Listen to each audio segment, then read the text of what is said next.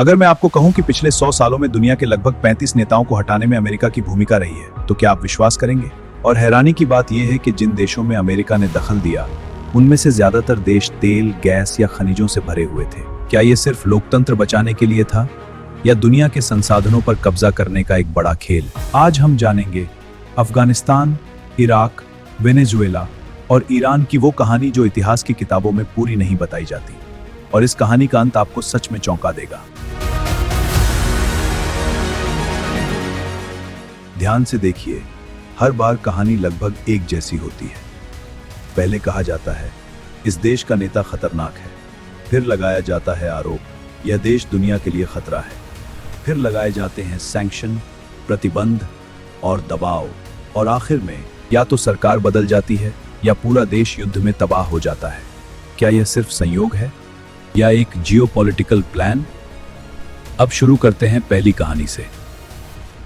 अफगानिस्तान साल 2001। दुनिया का सबसे शक्तिशाली देश अमेरिका अचानक अफगानिस्तान पर हमला करता है। कारण 9/11 आतंकी हमला। अमेरिका ने कहा अफगानिस्तान में अलकायदा छिपा है, और फिर शुरू हुआ 20 साल का लंबा युद्ध। लेकिन इस युद्ध का अंत क्या हुआ? लाखों लोगों की मौत, पूरा देश तबाह, और 2021 में अमेरिका वापस चला गया। और सत्ता फिर से किसके पास गई? तालिबान के पास। तो सवाल उठता है, 20 साल के युद्ध के बाद भी अफगानिस्तान क्यों नहीं बदला? इराक का बिगेस्ट कंट्रोवर्सी।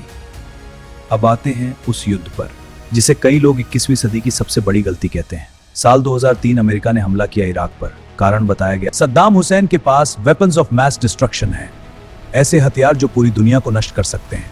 लेकिन युद्ध के बाद जब पूरे इराक को खोजा गया, ऐसे हथियार कभी मिले ही नहीं। और यह आरोप आज भी दुनिया की सबसे बड़ी राजनीतिक बहसों में से एक है। लेकिन एक चीज जरूर थी इराक में, दुनिया के सबसे बड़े तेल भंडारों में से एक, वेनेजुएला का ऑयल पावर। अब चलते हैं दक्षिण अमेरिका के देश वेनेजुएला। यह देश दुनिया के सबसे बड़े तेल भंडारों में से एक रखता है।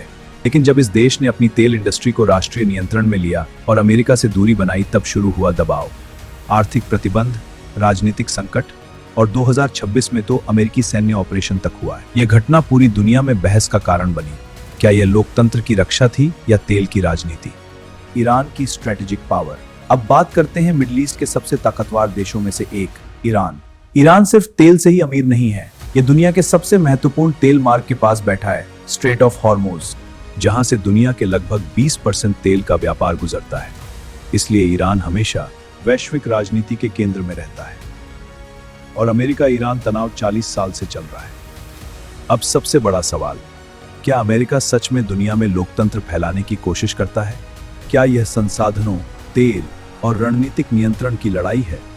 कुछ विशेषज्ञ कहते हैं यह सब जियोपॉलिटिक्स है, जहां हर बड़ा देश अपने हितों के लिए खेल खेलता है। लेकिन इस कहानी का सबसे डरावना हिस्सा क्या है?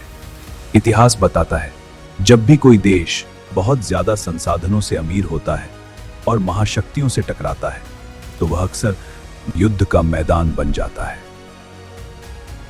और यही कारण है कि आज भी ईरान, मध्य पूर्व और कई अन्य देश वैश्विक शक्ति संघर्ष के केंद्र में हैं। क्या यह सब सिर्फ राजनीति है या दुनिया का सबसे बड़ा पावर गेम? कमेंट में जरूर बताइए। अगर आपको ये फैक्ट्स शॉकिंग लगे तो वीडियो को लाइक, सब्सक्राइब जरूर करें।